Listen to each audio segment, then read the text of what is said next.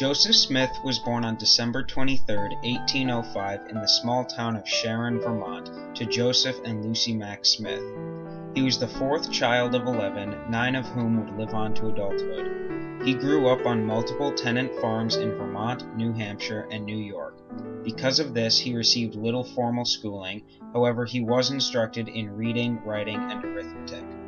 As a young man, Joseph had always wondered about religion and which church to join. His parents, while being deeply religious, were not regular churchgoers.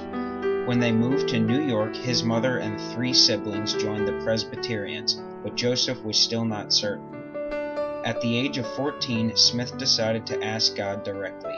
He headed off to the woods by his house and prayed. Both the Father and the Son appeared to him, and he was told not to join any church as none were right. It wasn't until 3 years later that Joseph received his most important vision. He was visited by an angel named Moroni.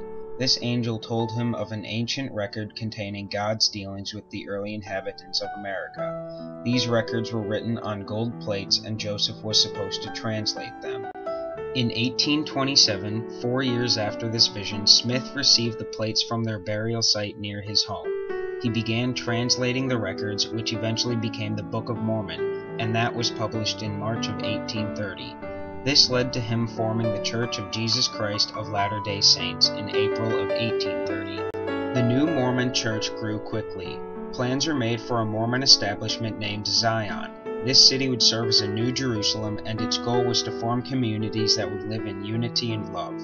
Mormons from New York started moving to Ohio. For the next 6 years, the headquarters of the church was Kirtland, Ohio. After that, they started settling in Missouri, where Zion was to be located. The Mormons were met with opposition to their movement. Non-Mormons saw this as a threat to their way of life. Back in Kirtland, the Mormon community was growing. Smith had established a bank, made a newspaper and printing office, built the church's first temple, and initiated missionary work. This all ended in 1838, when strong opposition arose. People feared Joseph's involvement in economics and politics, and he was accused of trying to control their lives and of being a fake prophet. Smith and his members were forced to move to Missouri. The Mormon community in Missouri came under violent persecution. Fights broke out in the New Mormon War, and militias were mobilized to expel the Latter-day Saints. The Mormons finally surrendered to the state troops and now left for Illinois. The Mormons formed a new town, Nauvoo, named by Smith. In just 4 years, it became one of the largest cities in Illinois, bringing tens of thousands of converts to the new religion. Unfortunately for Smith, this run of success would now end. Rumors spread about his strange rituals and unorthodox teachings.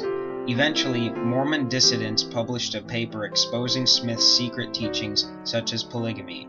He responded by calling the press a nuisance and ordering it to be destroyed.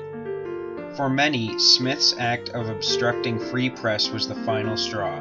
Joseph had proved to be a theocratic tyrant and was charged with treason. Wanting to save Nauvoo from violence, he surrendered to the nearby jail of Carthage. He and his brother Hiram were taken in for starting a riot. On June 27, 1844, an armed mob stormed the jail. Hiram was shot securing the door, and Smith was shot while trying to escape from a window.